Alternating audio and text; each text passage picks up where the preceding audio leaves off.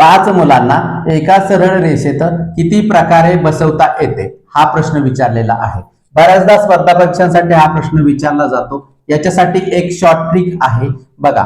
N factorial म्हणजे N ची किंमत काय आहे बघा, इथे 5 आहे. मग आता सोडून घ्या. एन फॅक्टोरियल बरोबर 5 गुणिले 4 गुणिले 3 गुणिले 2 गुणिले 1.